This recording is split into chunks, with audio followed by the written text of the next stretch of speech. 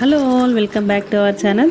హెల్దీగా weight loss అవ్వాలనుకున్న వాళ్ళకి, digestion improve చేసుకోవడానికి, అలాగే హార్ట్ని హెల్దీగా ఉంచుకోవడానికి, డయాబెటీస్ని కంట్రోల్లో ఉంచుకోవడానికి, ఇలా అన్నింటికీ కూడా ఒకే ఒక సొల్యూషన్ ఈ ఒక గ్లాస్ జావా. ఈ జావని ఎర్లీ మార్నింగ్ పరగడుపును తీసుకుంటే ఇందులో మనకి ప్రోటీన్స్, ఫైబర్ మరియు ఐరన్ పుష్కలంగా ఉంటుంది. వారానికి 3 సార్లు టీ కాఫీలను పక్కన పెట్టేసి పరగడుపున ఈ జావని కాసుకొని తాగి చూడండి. రిజల్ట్ అనేది మీకే తెలుస్తుంది. అన్నిటికన్నా ముఖ్యంగా వెయిట్ లాస్కి అయితే ఇది చాలా చాలా బాగా పనిచేస్తుంది. ఇది మొత్తం కూడా గ్రైండ్ చేసుకొని మనం స్టోర్ చేసుకొని గంజి కాసుకుంటే సరిపోతుంది. మార్నింగ్ పూట లాస్ట్ దాకా స్కిప్ చేయకుండా చూడండి. ముందుగా స్టవ్ ఆన్ చేసుకొని ప్యాన్ పెట్టుకొని అందులో 1 కప్పు ఉలవల్ని వేసుకొని వేయించుకోవాలి. ఉలవలు బరువు తగ్గడానికి చాలా బాగా ఉపయోగపడుతుంది. ఇవి కొలెస్ట్రాల్ని తగ్గిస్తుంది, షుగర్ని కంట్రోల్లో ఉంచుతుంది, అలాగే డైజెషన్ని కూడా ఇంప్రూవ్ చేస్తుంది. ఇందులో ఎన్నో పోషక విలువలు ఉన్నాయి. ఇందులో ప్రోటీన్, ఐరన్ మరియు ఫైబర్ పుష్కలంగా ఉంటుంది. అంతేకాకుండా ఇది బోన్స్కి కూడా చాలా మంచిది. లో ఫ్లేమ్ మీద ఇలా కలర్ మారే వరకు కూడా వేయించుకోవాలి. వీటిని ఇంకా ప్లేట్లోకి తీసేసుకోవాలి. తర్వాత ఇదే ప్యాన్లో 2 కప్పులు బ్లాక్ రైస్ తీసుకోవాలి. ఈ నల్ల బియ్యము ఆరోగ్యానికి చాలా మేలు చేస్తుంది. ఇందులో fibre, antioxidants, iron, zinc, proteins అనేవి పుష్కలంగా ఉంటుంది. దీన్ని తీసుకోవడం వల్ల వెయిట్ లాస్ అవ్వచ్చు. అలాగే ఇది హార్ట్కి చాలా మంచిది. రక్తహీనతను తగ్గించి డైజెషన్ ఇంప్రూవ్ చేసి ఇంకా షుగర్ని కూడా కంట్రోల్లో ఉంచుతుంది. దీన్ని లో ఫ్లేమ్ మీద వేయించుకోవాలి. ఇలా వేయించిన బియ్యాన్ని కూడా ప్లేట్లోకి తీసేసుకుందాము. తర్వాత ఇదే ప్యాన్లో 1/2 కప్పు పెసల్ని కూడా వేసుకొని వేయించుకోవాలి. ఇలా పొట్టుతో ఉన్న పెసలను మాత్రమే తీసుకోవాలి. అప్పుడే ఇందులో ఫైబర్ కంటెంట్ ఎక్కువ ఉంటుంది. లో ఫ్లేమ్ మీద మంచి కమ్మటి వాసన వచ్చేంత వరకు కూడా వేయించుకొని దీన్ని కూడా ప్లేట్లోకి తీసేసుకోవాలి. తర్వాత ఇదే ప్యాన్లో 1 కప్పు బార్లీ తీసుకోవాలి. దీన్ని కూడా లో ఫ్లేమ్ మీద వేయించుకోవాలి. ఈ బార్లీ అనేది వెయిట్ లాస్కి ఎక్సలెంట్గా పనిచేస్తుంది. అలాగే ఇది షుగర్ని కంట్రోల్లో ఉంచుకోవడానికి కూడా పనిచేస్తుంది.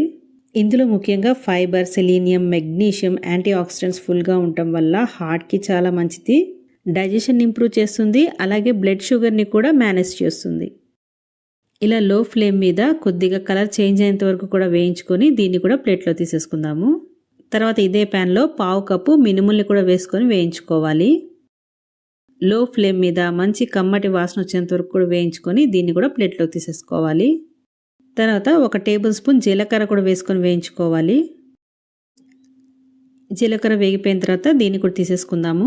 తర్వాత 1 టేబుల్ స్పూన్ మిరియాలని కూడా వేసుకొని వేయించుకోవాలి. మిరియాలు కొద్దిగా చిటపటలాడిన తర్వాత దీన్ని కూడా ప్లేట్లోకి తీసేసుకోవాలి.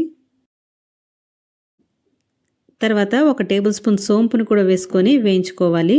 ఇవి కొద్దిగా వేగిన తర్వాత 1 టీ స్పూను వామును కూడా వేసుకొని మొత్తం కూడా వేయించేసుకొని దీన్ని కూడా తీసేసుకోవాలి.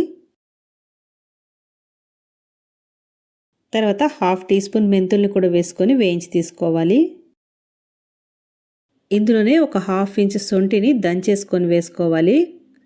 ఈ మొత్తం కూడా వేయించి తీసేసుకున్న తర్వాత ఇందులో 1 గుప్పెడు కరివేపాకును కూడా వేయించి తీసుకోవాలి. కరివేపాకులో ఎన్నో వేల ఔషధ గుణాలు ఉన్నాయి. మనం ఆల్రెడీ పాత వీడియోలో చెప్పుకున్నాము. సో ఇక్కడ చెమ్మ లేకుండా మొత్తం కూడా పొడి పొడిగా అయ్యేంత వరకు కూడా వేయించి తీసుకోవాలి. లేకపోతే పౌడర్ పాడైపోతుంది, మనం నిల్వ ఉంచుకోలేము. సో బాగా క్రిస్పీగా అయ్యేంత వరకు వేయించి తీసేసుకోవాలి. ఇప్పుడు వీటన్నిటిని కూడా ఇందాక పెట్టుకున్న ప్లేట్లోకి తీసేసుకుందాము. ఇలా అన్నింటినీ వేయించి తీసుకున్న తర్వాత మొత్తం కూడా పూర్తిగా చల్లారే వరకు పక్కన పెట్టేసుకోవాలి. ఇవి కంప్లీట్గా చల్లారిన తర్వాత మనం మిక్సీ జార్లో వేసుకొని మెత్తగా గ్రైండ్ చేసుకోవాలి. ఇక్కడ నేను మిక్సీ జార్లో 2 టైమ్స్గా గ్రైండ్ చేసుకుంటున్నాను. మొత్తం ఒకేసారి మనం గ్రైండ్ చేయలేము కాబట్టి 1 ట్రిప్ వేసుకున్న తర్వాత ఇలా మెత్తగా పౌడర్ చేసుకున్న తర్వాత దీన్ని ఒక గిన్నెలోకి తీసేసుకొని మళ్ళీ మిగతా పప్పులు కూడా వేసుకొని గ్రైండ్ చేసుకోవాలి. ఇలా మొత్తం కూడా గ్రైండ్ చేసి తీసుకోవాలి. అదే ఎక్కువ క్వాంటిటీతో చేసుకునే పని అయితే బయట మర కూడా పట్టించేసుకోవచ్చు. ఇక్కడ నేను చూపించిన క్వాంటిటీకి అయితే మిక్సీ జార్లోనే చేసేసుకోవచ్చు.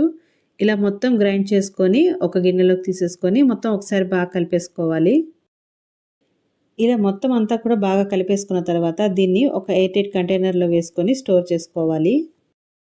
ఇలా స్టోర్ చేసుకున్న పౌడర్ని మనం ఎప్పుడు కావాలనుకుంటే అప్పుడు జావ కాసుకోవచ్చు. ఈ పౌడర్ని యూస్ చేసి జావ ఎలా తయారు చేసుకోవాలో చూద్దాం. నెక్స్ట్ స్టవ్ ఆన్ చేసుకొని గిన్నె పెట్టుకొని అందులో 2 గ్లాసులు నీళ్లు పోసుకోవాలి. ఇక్కడ నేను 2కి సరిపడా క్వాంటిటీ చూపించబోతున్నాను. మనం ప్రిపేర్ చేసుకున్న పౌడర్ని 1.5 టేబుల్ స్పూన్స్ వరకు ఒక గిన్నెలోకి తీసుకోవాలి. ఇందులో ఒక పావు కప్పు వరకు నీళ్లు పోసుకొని మొత్తం కూడా కలిసేలాగా బాగా కలిపేసుకోవాలి. సో ముందర ఇలాగా నీళ్ళలో కలిపేసుకుంటే ఈజీగా కలిసిపోతుంది. ఇలా కలుపుకొని పక్కన పెట్టేసుకుందాము. తర్వాత ఒక 2 నుంచి 3 వెల్లుల్లి రెబ్బల్ని దంచేసుకొని ఈ నీళ్ళలో యాడ్ చేసుకోవాలి.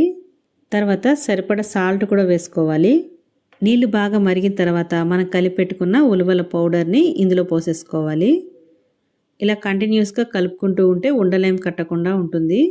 దీన్ని ఒక 15 నిమిషాల దాకా బాగా మరిగించుకోవాలి. ఉదయాన్నే టీ కాఫీ బదులు ఈ జావను తీసుకోవడం వల్ల చాలా యూజెస్ ఉన్నాయి. కాకపోతే ఇది వేడి చేసే గుణం ఉంటుంది కాబట్టి దీన్ని వీక్లీ 2 టైమ్స్ తీసుకుంటే బెటర్. ఇంకా మీకేమైనా హెల్త్ ఇష్యూస్ ఉంటే డాక్టర్ని ఒకసారి కన్సల్ట్ చేసి తీసుకుంటే చాలా మంచిది. ఎటువంటి ఆర్టిఫిషియల్ కెమికల్స్ మందులు వాడకుండా హెల్దీగా వెయిట్ లాస్ అవ్వాలనుకున్న వాళ్ళకి ఇది ఒక బెటర్ ఆప్షన్గా చెప్పొచ్చు. అంతేనండి, ఇలా బాగా మరిగిన తర్వాత స్టవ్ ఆఫ్ చేసేసుకొని ఇంకా మనం దీన్ని సర్వ్ చేసుకోవచ్చు. ఇంకెందుకండి లేటు, వెయిట్ లాస్ అవ్వాలనుకున్నా, షుగర్ని కంట్రోల్లో ఉంచుకోవాలన్నా, ఇంకా ఎన్నో ఆరోగ్య ప్రయోజనాలు పొందాలన్నా మార్నింగ్ టీ కాఫీల్ని పక్కన పెట్టేసి ఈ జావని వారానికి 3 సార్లు మీ డైట్లో ఇంక్లూడ్ చేసుకోండి.